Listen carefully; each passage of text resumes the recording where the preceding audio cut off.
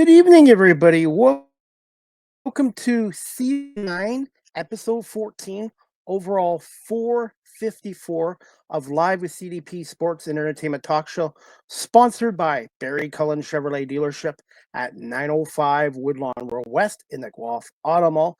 Check out barrycullen.com for the newest selection of new and pre-owned GM vehicles and their great selection of all electric vehicles, as well as their Cadillac products as well. You can call Barry Cullen Chevrolet Dealership at 519-824-0210. Tell them Chris Pomey sent you.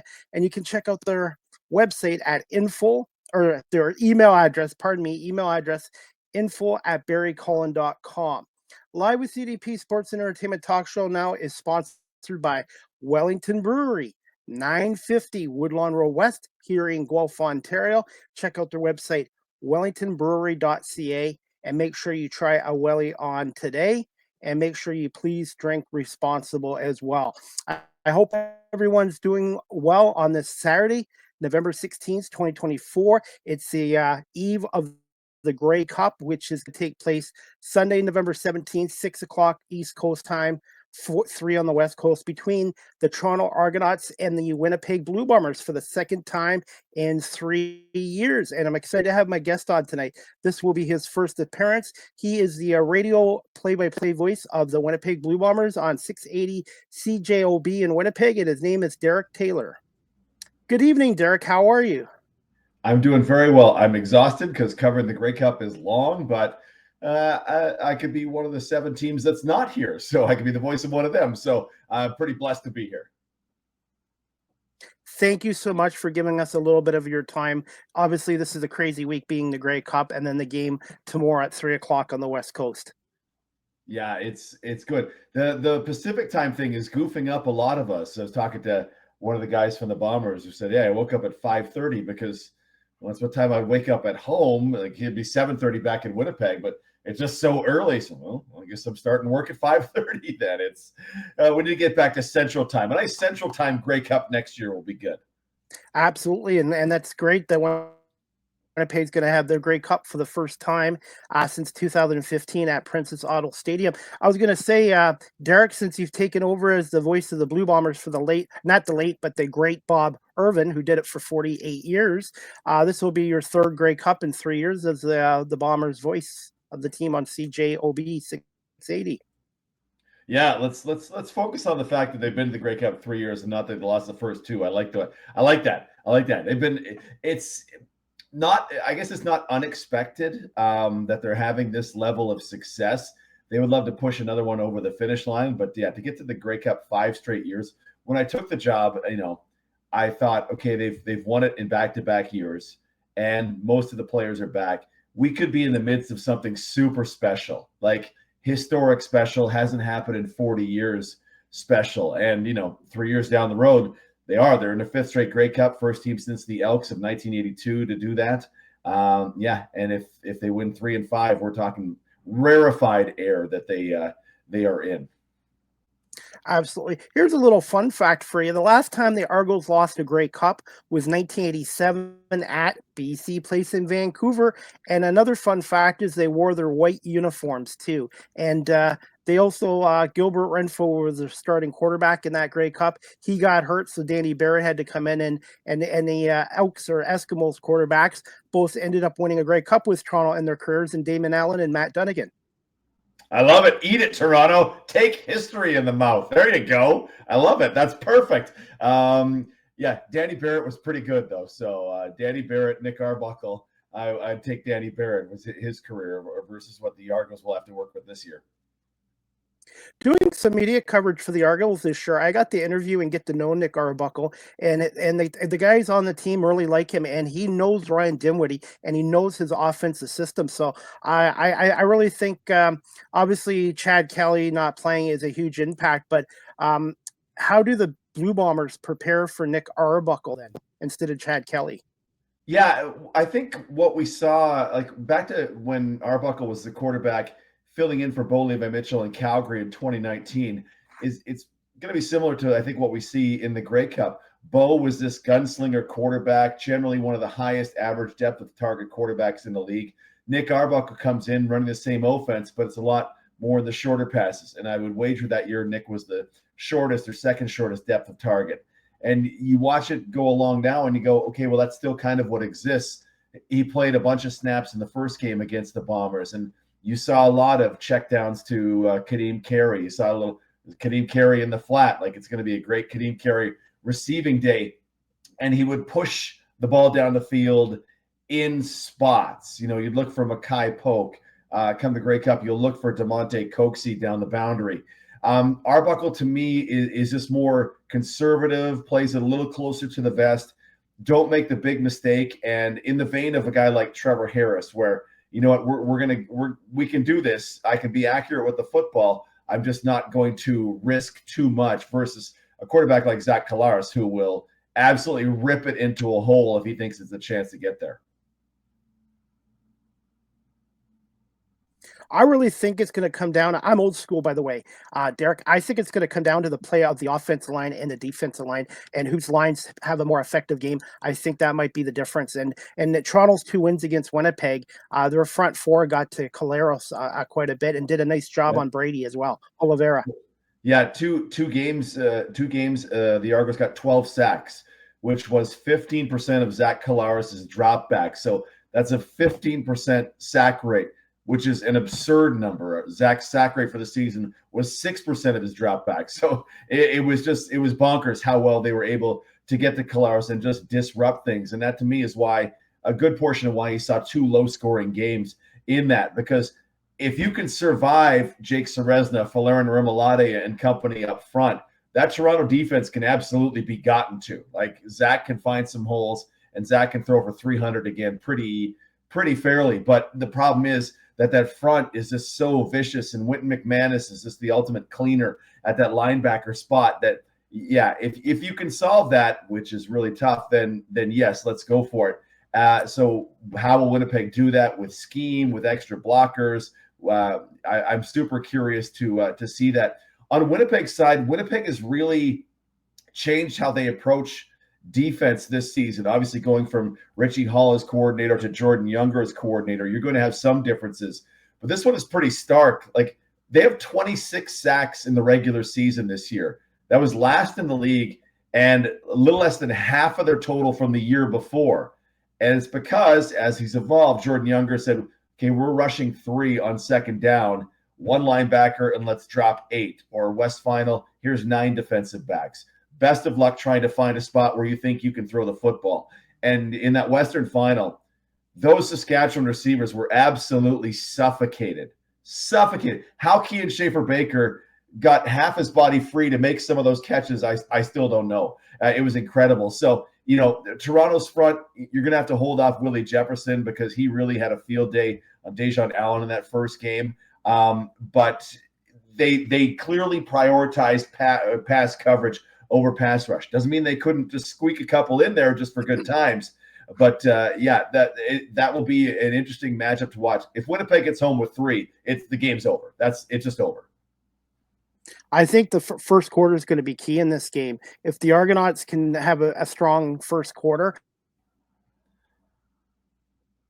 and get off to a good lead, because I don't know, they're not the same team when they're trailing and stuff like that. Wanted to ask you this too, Derek. It's been kind of like 2 halves of the season for the Winnipeg Blue Bombers. Just overall thoughts on this 2024 Blue Bombers team, and what were some of the reasons they started so slowly out of the gate at 0-4 and then I think 2-6 at one point? Yeah, it's been pretty ridiculous, right? Versus the last couple seasons, 15-3 in 2022, 14-4 in 2023. They started off winning 9 straight in 2022. Like, they usually would get off to the season to a real good start. This year, 0-4, 2-6, and the last time they played Toronto was the game that put them to 2-6. And we went, okay, what's happening here? Why is this so bad? They won 14 games last year. They're almost halfway through with only 2 wins. The thing I kept pointing to as that went along were 2 things. One, there was just an incredible amount of bad luck with turnovers. And 2, there were a lot of injuries that there's just no way to overcome an injury to Kenny Lawler and Dalton Schoen, right? Those guys are top paid receivers in the CFL for a reason. They're both fantastic in what they do. And you can say next man up all you like, and every team will say it's the next man up. but the guy behind those guys, by definition, is not as good as those guys, right? So they had to deal with that in a lot of positions. They lost about a quarter of their starter man games to injury this season. So that's something that you just have to wait for it to get right. And if you're going to have success, injuries have to fall at the right time. The turnover thing was super interesting to watch it go along. Nick Debsky, he fumbled in the Toronto game in week 8. He had 4 fumbles in the first half of the season. He'd had 1 in the previous 2 seasons combined. And you looked at that and went, okay, yes, Nick needs to clean this up a little bit, but there's a real sense of bad luck in this one. Zach Collaros, first half of the season, what was it, 13 interceptions up to and including Labor Day, and 2 since then, cleaned up the turnovers. So, in 3 games, they swing their turnover differential back positive, and you go, okay, this is more the team that we expected to see. Winning 10 of their last 11, that might be a little extra luck in their favor. But to me, in the beginning, and I think it's come out, it was turnovers and injuries. It was bad luck and turnovers and injuries. And now with those things righted, or maybe skewing positively in their favor, they're winning a lot of football games.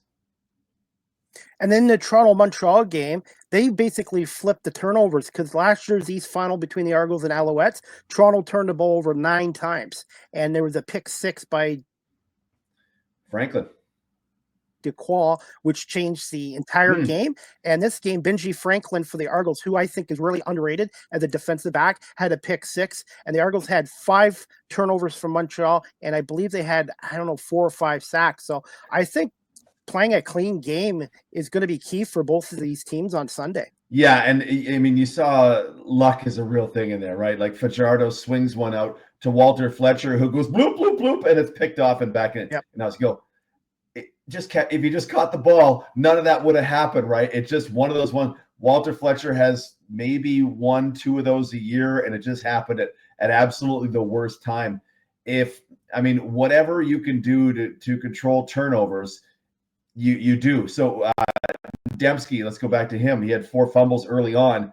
That next time he's at practice, he had both hands on the ball. You'll watch him in the Grey Cup, and if he gets into traffic, there's going to be both hands all over the football, and you will not get that out of his cold, dead hand. Like, he's going to be all over that. Brady Oliveira had a couple fumbles this season too. Same thing.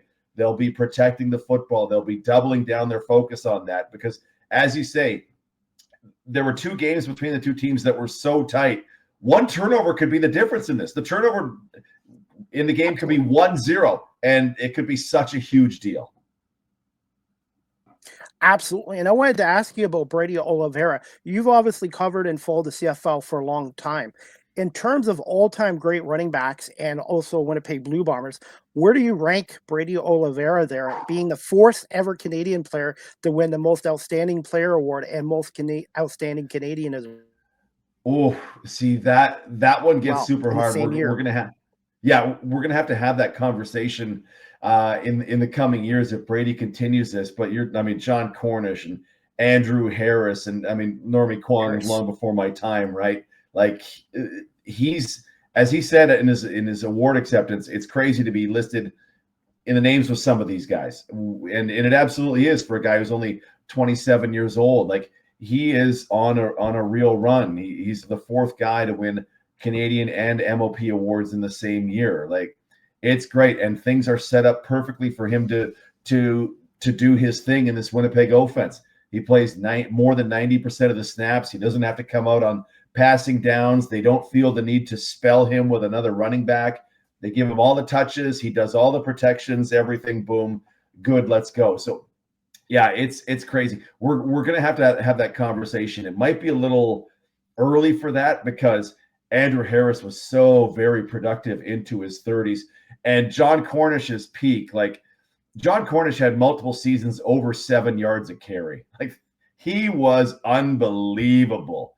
So, we're going to be in there, and I need to go over the list of Canadian running backs all time to really put it in there. But he's the best player. He's the best running back in the league, and this year the best player in the league, which as a Canadian running back is really saying something. How good is he as a pass protector too for Zach? Oh, that's one of the things that keeps him on the field for all those snaps. Like, to me, and I've been deep into the CFL since about 2015. Andrew Harris, I kind of don't remember Andrew Harris ever missing a block, right? And so Brady to me is not quite there because I have seen him miss blocks and things go bad, but it isn't very often. So yeah, and teams, I wish teams, your defenses didn't lie to you, right? But they put 7 in the line of scrimmage and 4 come, but it's not the 4 you thought, and actually they add in 1 over here. To be able to see that on the fly and go and know, okay, well, the other 5, the 5 linemen are doing this, so I have to do this. Zach's thinking this, so I have to do this. Oh, we have to improvise because now a guy's coming free off this edge, and I have to try to race out to get to him. He's so very good at that. When I can think of some other running backs off the top of my head where I go, that guy doesn't appear to love pass blocking. Brady is all up in it. So it's a big part of why he's able to stay on the field just so much, and how much that helps the Bombers in their roster as well. Like, we don't need to keep an extra blocking back on there every game because Brady's got this. Just thoughts on the loss of linebacker Adam Big Hill and how much he meant to that defense. And as a Argo fan, but also a fan of the CFL, I know how important it is for Winnipeg to win this game to get their 3rd cup in 5 years. But regardless of what happens tomorrow, getting to the Grey Cup 5 years in a row to me is a dynasty, no matter what happens in the results. And this Winnipeg Blue Bombers organization, first class run, and there's a Guelph connection. I'm based out of Guelph, Ontario, and your general manager Kyle Walters played for the Guelph Griffins, and Mike O'Shea was an all-time Griffin here, linebacker as well, before he came to the CFL. Yeah, let's start with the Big Hill one. Like, I'll defer to Mike O'Shea, who's number 2 in the history of the CFL in tackles, and was a linebacker, when he says Big Hill's the smartest player he's seen. I'm like, I'll take it. Big Hill's 36, and he's still going at it, right? His knee popped this season, but he says he's ready to play next year as well. He's fantastic. What the Bombers really lucked out, foresight, whatever it might be, Tony Jones, who they got off waivers from the Edmonton Elks, Elks released him after camp. Tony Jones has been so very good filling in for Adam Big Hill, filling in for Kyrie Wilson at the middle linebacker, the weak side linebacker, wherever they need him, that it's kind of, no one particularly replaces Adam Big Hill, right, with all the things that he can do and all the defenses he's seen. But Tony Jones has been so very good at making plays in the middle of that defense we haven't necessarily, as Bomber fans, felt it quite as much as we would have feared. So that's a real testament to, one, Tony Jones, who went through the, I can't believe Edmonton released me. Oh, I'm going to Winnipeg. Oh, I'm now in the Grey Cup. A testament to him. And 2, for the Bombers to say, hey, you know what? This guy will work in what we want to do, to bring him in. And he's been everything they could have asked for from a depth linebacker, and a guy who's probably going to have a few years as a starter now. For me, hopefully in Winnipeg, but if not, certainly somewhere else, because he is really, really good. Was this, in your opinion, Mike O'Shea's best coaching job in his time in Winnipeg? And what is Mike O'Shea's biggest strengths as a head coach? Was it his best coaching job? I would say, honestly, 2022 was pretty great. Like, the team was talented, but they lost more than 20% of their starter man games to injuries that year, and they won 15 games. And you go, oh boy, and to avoid the pratfalls of the weird losses, like, I would have to say 2022 stands out more. But this year they lost a ton of starters again to injury. They were fortunate to have Zach Collaros almost every game, to have Brady Oliveira all but 1.5 games. To have, Willie Jefferson just plays all the time, so that's pretty great. So I would say 2022 was a little better, but this one definitely deserves some love. Had he won Coach of the Year, I wouldn't have blinked an eye, because to be able to win games, go on that run, win the West despite all those injuries is a real testament. His biggest strength is something I totally didn't necessarily expect, because I sort of remember Mike as a player. And 1,100 tackles and just a thumper. I thought this guy is old school. He is just old school. Rub some dirt on it. Let's go. But to me, Mike's biggest strength is he gets athletes in 2024. He understands what they're all about. even though it's dramatically different from when he played the game. And even though they might be a dramatically different person from who he is now or who he was then, he really, when I talk to him and I talk to guys about him, he really gets what athletes are about now. And it's not, hey, we have a round hole, you need to fit into it. No, you come who you are and we'll figure out how to make you the best. He says, they'll say things to the effect of, we don't ask them to do things they can't do. We set them up so they can do things they can do, which to me, that's perfect. You have a guy who can do this, find a way to have him do that. Build your system around the players you have in a league where talent can change so much year to year. Don't build your system and then try to shoehorn players into it. So to me, it's his understanding of what current day athletes need. For a guy in his 50s, that's no small feat, honestly. It is super impressive. Because I kind of don't know what 25-year-old people are thinking about at my age. And there's Mike, I mean, just nailing it all the time with how he treats them. So yeah, to me, that's his best quality for sure. Basically, the word I wanted to use with you, Derek, is he's evolved, he's changed with the times, and communicates with the players well. And if the Bombers can pull off a Grey Cup tomorrow, a Grey Cup win, that'll be 3 in 5 years. And to me, already with surpassing Bud Grant as the winningest coach in team history, you got to start comparing him to Wally Bono and Don Matthews and some of these other great coaches once his career is done. Yeah. Just don't do that to his face, because he will absolutely bat that question right back at you. Okay. When he passed Bud Grant, he said, "Don't, not even a little bit." Bud Grant statue went onto the NFL. No way. Wally Buono, the number one in coaching wins for 2 separate teams. I assume Mike will deny any level playing field with Wally Buono as well. He wants no attention whatsoever on himself. He wants it all on the players, and to a lesser degree on his fellow coaches, the guys who work under him, who deserve love and credit. But yeah, it's really impressive considering. I mean, there were calls to have him fired in 2016, and here we are. It's going to be at least another decade after there were calls to fire him when Drew Willie was the quarterback, and they switched to Matt Nichols. So yeah. It's just so impressive, but yeah, he will not take any. He will sit there and listen while you praise him, and then maybe put his fingers in his ears and then we'll wait for you to stop, because yeah, he does not love the attention being on him. He will resist it at all costs. And just quick thoughts on Kyle Walters and the job that he's done in Winnipeg since 2013. Yeah, as the head of the head of the group that acquires talent for the Bombers, it's unbelievable. Toronto last year wins 16 games. They get their bones picked in free agency. They end up second in the division. BC looked like they were on the rise. 12 wins last year, number 2 in the division. Okay, 3 fewer wins this year because they got their bones picked in free agency, and defense just couldn't hold up there. Under Kyle Walters and his scouting staff, they're just every year, okay, we're a great team. What happens in salary cap sports is someone wants to get your players on their team, so they pay them money that you can't necessarily afford to pay them under the cap. So you lose guys. You lose DeMario Houston to Calgary because they wanted to give him a 2-year deal.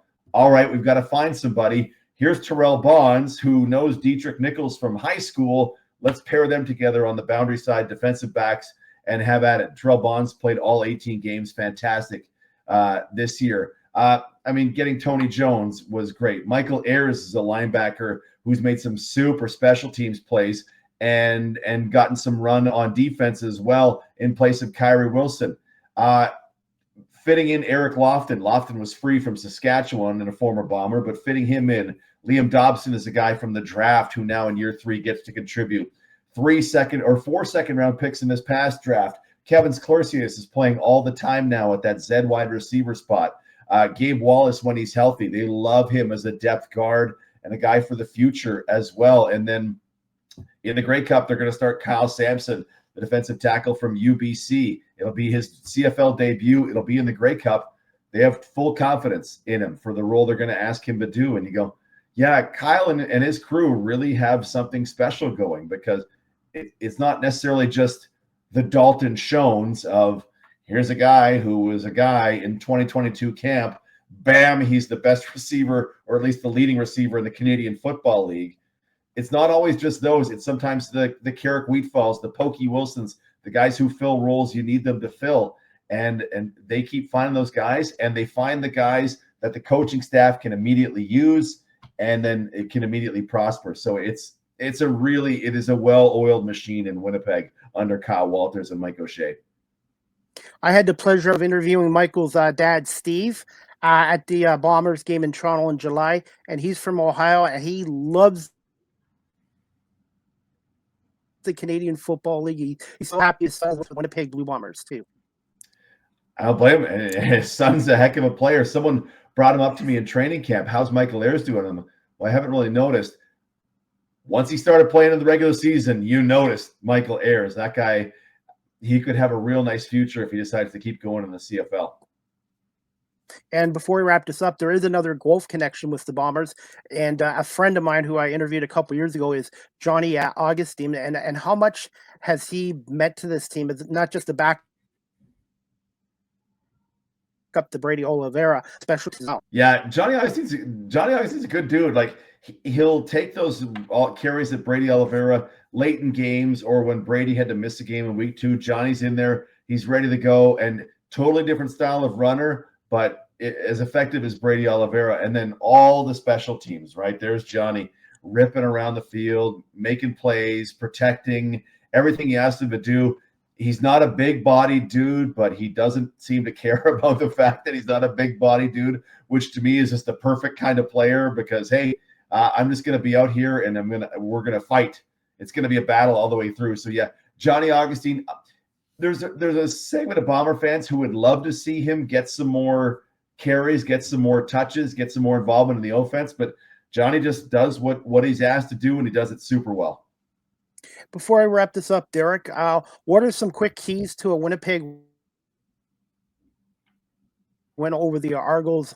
And the last 2 Grey Cup losses, do you feel this Winnipeg team has learned from those 2 Grey Cups and they're better prepared for last year? They played the Alouettes, who were underdogs, and 2 years ago the Argos. So just thoughts on being the favorites by, I think, 9 points against the Argos? Yeah, substantial favorites after the loss of Chad Kelly. So to me, you got to keep that Argos defensive front off of you because, as we mentioned, 12 sacks in 2 games is too many to effectively run the offense. Within the Nick Arbuckle, the offense, the Bombers defense, to me, is going to have to keep those shot plays down, right? Mackay Polk streaking up the slot for 60 yards, or the jump ball attempts to DeMonte Coxey. Just guaranteed they're going to try to jump ball DeMonte Coxey on Terrell Bonds. They're absolutely going to try that. So you got to prevent those. You can't have the 50-yard gains.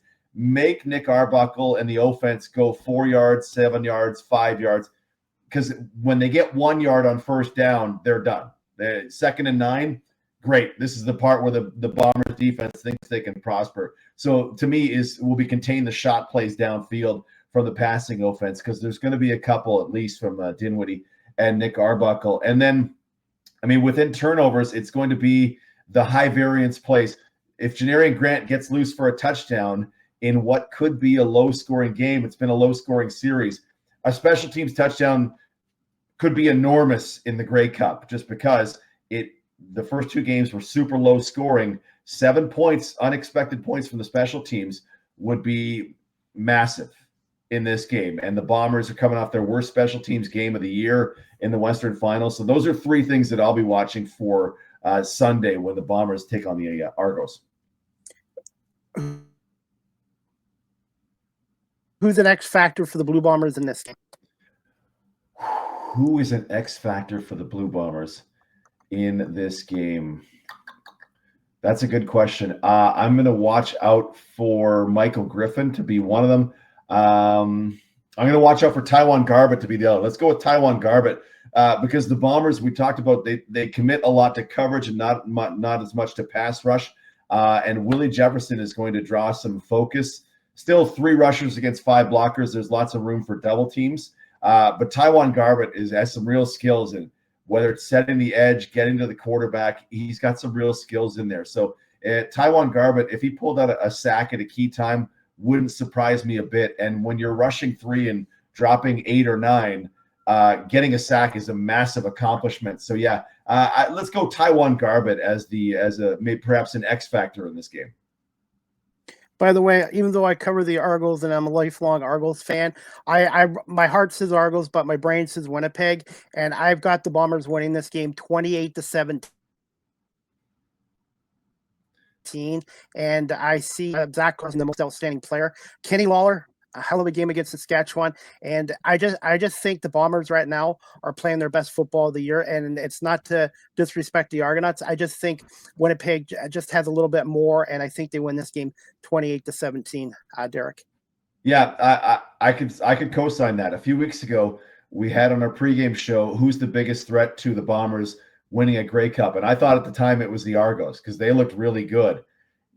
It can't be overstated that Chad Kelly is an excellent quarterback. He is excellent on the field, and it's a significant drop to Nick Arbuckle, both in style and for me, just the quality of player. Toronto needs to figure a way around that. But if we're just playing probabilities, if both teams play perfectly clean, they have to the maximum of their ability. The Bombers for me win it as well. That said, I've lived through it the last couple of years. Anything can happen, but Bombers deserve to be a favorite. It's a CFL. Yeah, the Bombers deserve to be a favorite for sure. We'll see what happens Sunday.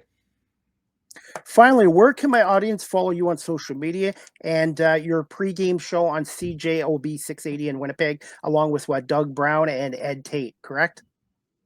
That is correct. So I'm on Twitter at DTOnOB. We'll see how I evolve my social media strategy in the off season. And then, yeah, if you want to get all your Winnipeg Blue Bombers analysis, CJOB is the place to go. We're doing a Grey Cup preview tomorrow. I'm trying to do time zones in my mind. It's 1 to 3 back, so 2 to 4 time in Ontario. Then we have 4 to 6 in advance of the kickoff. Will be the national pregame show, and then kickoff will be whatever time after 6 o'clock. But yeah, Ed Tate, and Doug Brown, and Greg Mackley, and myself tomorrow from 2 to 4 Eastern time. We'll break everything down with award winners and what to watch for in Sunday's big game. Derek, I want to say thank you so much for giving us a half an hour of your time out of your busy schedule, and have a great game called tomorrow. And I will be watching both the Grey Cup and the Bills-Chiefs game as well. It's a great day for football, and I'm really pumped up about this 111th Grey Cup. And the Canadian Football League always puts on a great on-field product as well. Yeah, it's going to be good. The NFL could have given the CFL a favor and moved that Bills-Chiefs to some other time, but it will be a great day for football nonetheless. And before I let you go quickly, Tyson Paul, did you get to see any of that I did. I wish I didn't. Boxing match last night. Yeah, I wish I hadn't. But I saw the whole thing. It was out with some folks, and I hope I look as good as Mike Tyson when I turn 58. But young legs and arms and punches won the night. All right. Well, Derek, thank you so much for coming on here. And you have an open invite to come back on my show again in the future. And good luck to your Winnipeg Blue Bombers tomorrow and the 111th Grey Cup at BC Place. Thanks for having me. I appreciate it. Thanks, Derek. All right, guys, that wraps up Season 9. Episode 14 overall of 454 of Live with CDP Sports and Entertainment Talk Show. I want to say special thank you to Derek Taylor, the radio play-by-play voice of the CFL's Winnipeg Blue Bombers on 680 CJOB in Winnipeg, for coming on this evening. And before we wrap up this show, guys, I've got a little clip of a video from CTV News, and it's a preview of the Grey Cup between Toronto and Winnipeg, courtesy of CTV News. Oh, it's on the Grey Cup. We're a little more than 24 hours away. Toronto Argos and the Winnipeg Blue Bombers getting ready to face off in Vancouver. It is the 111th Grey Cup and will be the 8th time the two teams have met. The Blue Bombers making their 5th consecutive appearance with 2 wins in there. And the Argos have won the last 7 Grey Cups they've played in.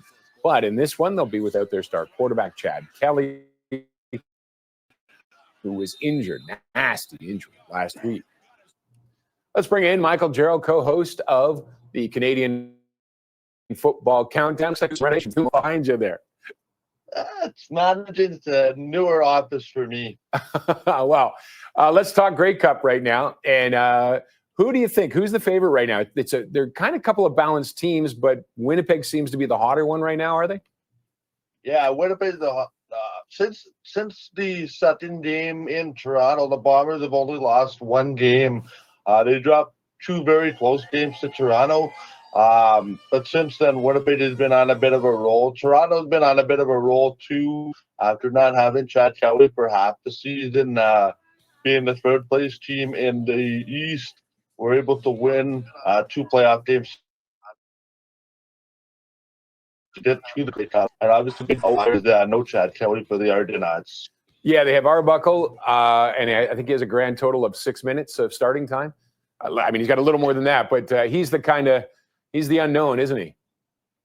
He's the unknown, but he's a veteran player. His coach knows a thing or two about starting in a big game, and Ryan Dinwiddie did it for the Blue Bombers back in 2007. Ended up losing, but it's a veteran quarterback that's been around the league with a few teams, actually. But I don't think it's as big of a problem as some are leading to maybe be. Who do you think? Who has to show up for Winnipeg? Who has to show up for the Argos? Yeah, I think it's all about Brady Oliveira. He won the most outstanding Canadian, most outstanding player in the CFL. If he can finish this off with the Grey Cup, it would be one of the most ultimate seasons by a Canadian. He's also a Winnipegger, so there's a lot of pride here. And for the Argos, it's quite our offensive line fits through two games, and if that can continue, defense will keep the Argos in it, and then they maybe only need one or two touchdowns. Maybe 17 points might get it done here. Yeah, the last two games, there are 2 games this season. They were low-scoring affairs, weren't they? Low-scoring affairs, sloppy affairs. But, hey, it's football. Defenses don't make it pretty sometimes. But I'm expecting a lot like the last 2 games between these two teams. Where defense wins championships, though, right? For sure. And Bomber defense is playing at a high level. Zach Collaros seems to have unlocked the passing game for Winnipeg, especially in their last game against Saskatchewan. I think it'll be a lot closer than the scoring lines have it right now. Last I checked, it's the Bombers favored by anywhere from 8.5 to 9.5. I think it'll be a lot closer than that. It'll be within a score one way or another. You got a surprise hero? Somebody about Bertels had a couple big catches as the playoffs have gone on, and somebody on that Bomber defense didn't take a big play. I'm also watching for Carrick Wheatfall. He's the younger receiver for the Blue Bombers. Everybody knows about Kenny Lawler and Zach Collaros, but these are types of games where younger players that we're not really familiar with, step up into the spotlight. Okay. Michael, thank you very much for joining us today with your insight. We appreciate it. No problem. Michael Thanks Gerald. for having me. Cheers, man. Michael Gerald is a co-host of the Canadian Football Countdown. That clip was Chrissy of CTV News, and the CFL's 111th Grey Cup will take place tomorrow, Sunday, November 17th, 6 o'clock on the East Coast, 3 on the West Coast. The Toronto Argonauts, Winnipeg Blue Bombers meeting for the 8th time in the Grey Cup Championship. The Toronto Argonauts are 7-0 against Winnipeg, and their last meeting was in the 2022 Grey Cup in Regina, Saskatchewan, where the Argos won 24-23 on a blocked field goal by Robbie Smith, the Laurier grad. And Winnipeg Blue Bombers are looking to beat the Argos for the first time in the Grey Cup history. The Toronto Argonauts have not lost the Grey Cup since 1987. So the Argonauts are 7-0 against Winnipeg in the Grey Cup, and the Argonauts have also won 7 straight Grey Cups. Their last Grey Cup loss was 38-36 to the Edmonton Elks in 1987 at BC Place in Vancouver, British Columbia. And the Argos were wearing their old white jerseys that day, and they will be tomorrow as well. But my gut feeling is Winnipeg wants to be considered a dynasty. If they can win a third cup in 5 years, that's a dynasty. Even if they don't win the cup, still, that's 2 Grey Cups in 5 years is pretty darn good as well. So, but I see Winnipeg winning this game. My heart says the Argos. My brain says Winnipeg, and I think Winnipeg's going to win this game 28-17. And Chad Kelly, whether you like him or not, was starting to play at a most outstanding player level. And Chad Kelly brings a lot to their game. Nick Arbuckle, I think he's going to be a good quarterback for the Argos. I just think Winnipeg right now has won against Saskatchewan in the West Finals, beating them 38-22. So I've got the Bombers winning this 28-17. And I see Brady Oliveira being the most outstanding Canadian and probably the most valuable player in this game. As for the Argonauts, if they could pull up the upset, they are 9-point underdogs right now. I would say Wynton McManus could very well be the most valuable player for the Toronto Argonauts. And someone else to watch out for on the Argos too is Kadeem Carey, who I think is probably the second best running back in the Canadian Football League after Brady Oliveira and Mackay Polk and Cooksey, DeVorce Daniels. So I think it's going to come down to the Toronto offensive line against the Winnipeg front four, and it's going to come down to the Argos defensive line against Winnipeg. And they in the 2 games against Winnipeg, as Derek Taylor was saying, the Argos had sacked Collaros 12 times. I think this is going to be a little. I think 28-17. But I really feel that the O-line, D-lines are going to decide this game and turnovers. And there's an X factor for both these teams. And for the Argonauts, I'm going to go with Javarian Grant. And for the Bombers, Johnny Augustine. So I've got some comments here too, by the way. Let's see. Robbie Schneider, he's got a show of his own called the 716 Sports Blizzard podcast in Buffalo. Hi, Chris. Go Argos, go Bills.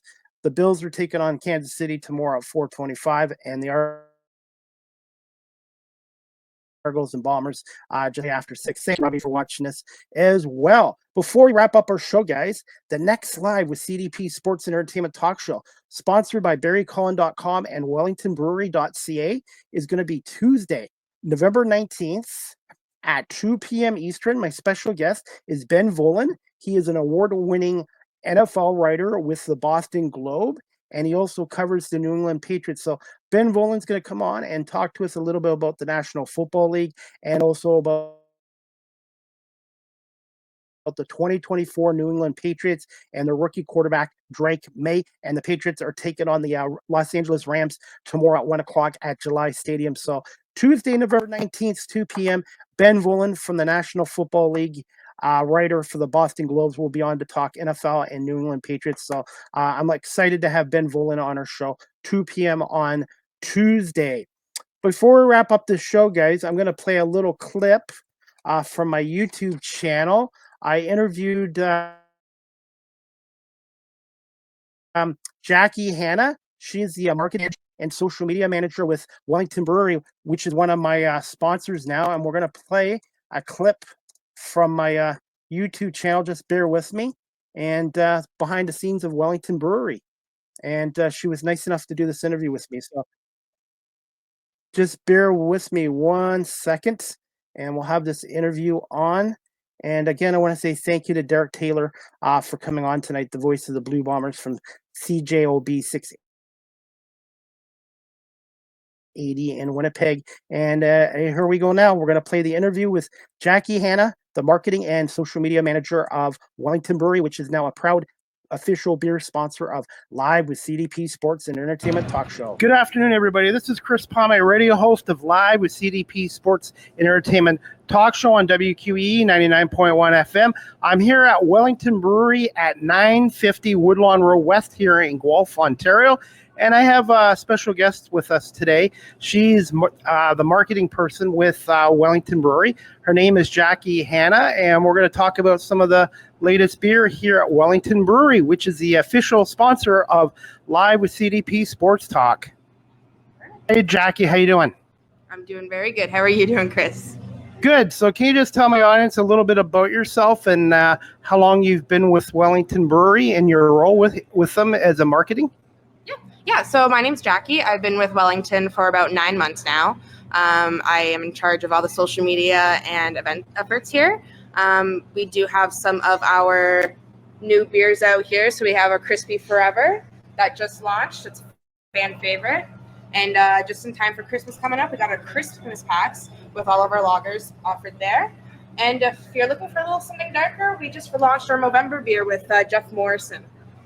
Yeah, Jeff, I did an interview with him a week ago as well. So, and what's this Griffin Gold beer here? This Griffin Gold beer is in partnership with the Guelph Griffins at University of Guelph, and it's just to help support all of our athletes out here.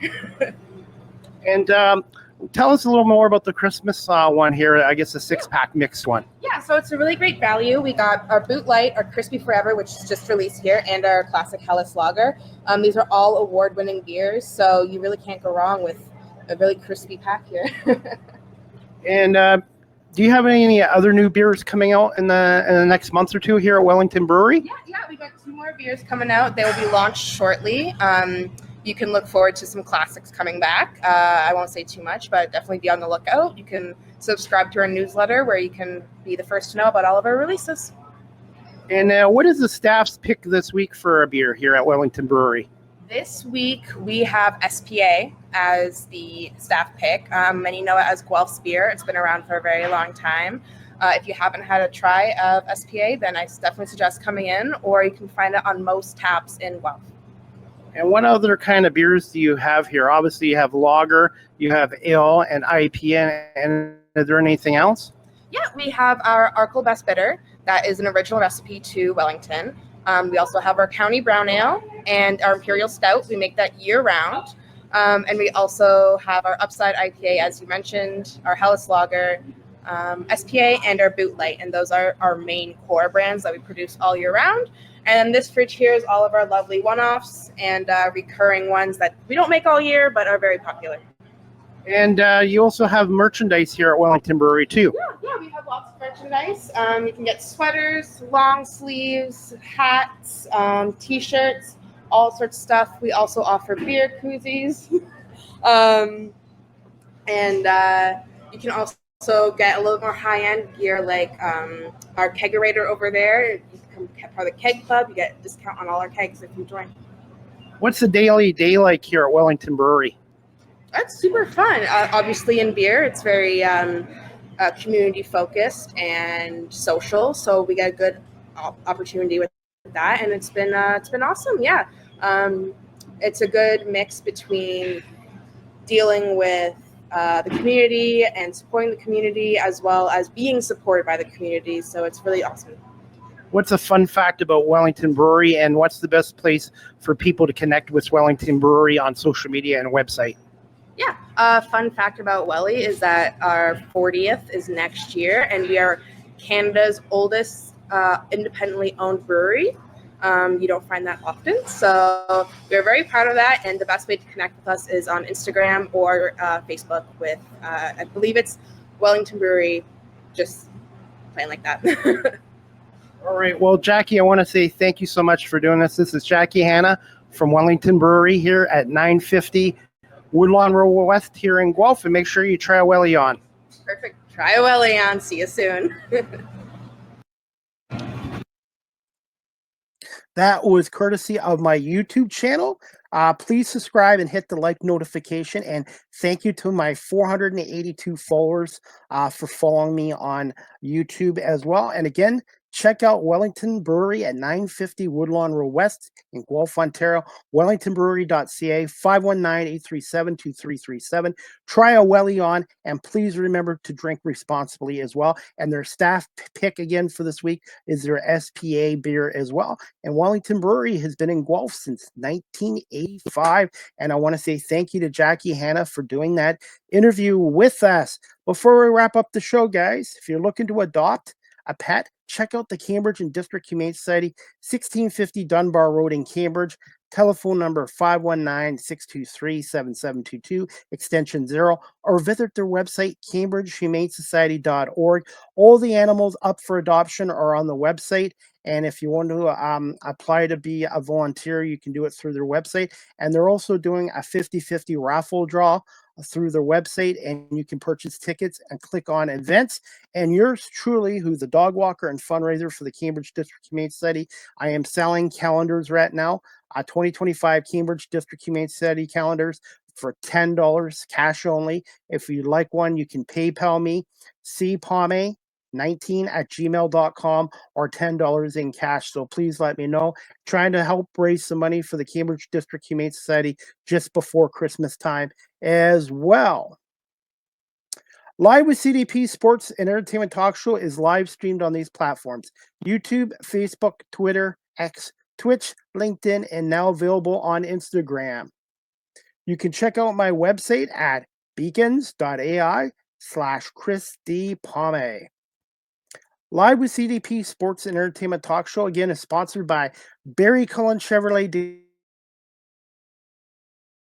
dealership at 905 on West in the Guelph Auto Mall. Check out barrycullen.com for the newest selection of new and pre-owned GM vehicles, or their great selection of all electric vehicles or Cadillac products, or give the dealership a call at 519-824-0210. Tell them Chris Pomey sent you, or email the dealership at info@barrycullen.com. Live with CDT t-shirts are coming soon. $20 for shirts, and I'm going to have them in different colors and sizes as well. If you're interested in one, cpomey19@gmail.com. You can follow this content creator on TikTok at Live with CDP. StreamYard is the official live stream provider of Live with CDP Sports and Entertainment Talk Show. If you're into webinars or podcasting, check out StreamYard.com. I've been with StreamYard now for 4 years. Great live streaming services. Live with CDP Sports and Entertainment Podcast. The audio version is available on these platforms: iHeartRadio, Amazon Music, Spotify for podcasters, Apple Podcasts, Breaker, Pocket Cast, Spotify, Castbox, LinkedIn, Pandora, Tuned In, and now available on YouTube Music and Good Pods. Make sure you hit the subscribe and notification. Finally, guys, you can email me, Live with CDP Sports and Entertainment Talk Show, at cpomey19@gmail.com.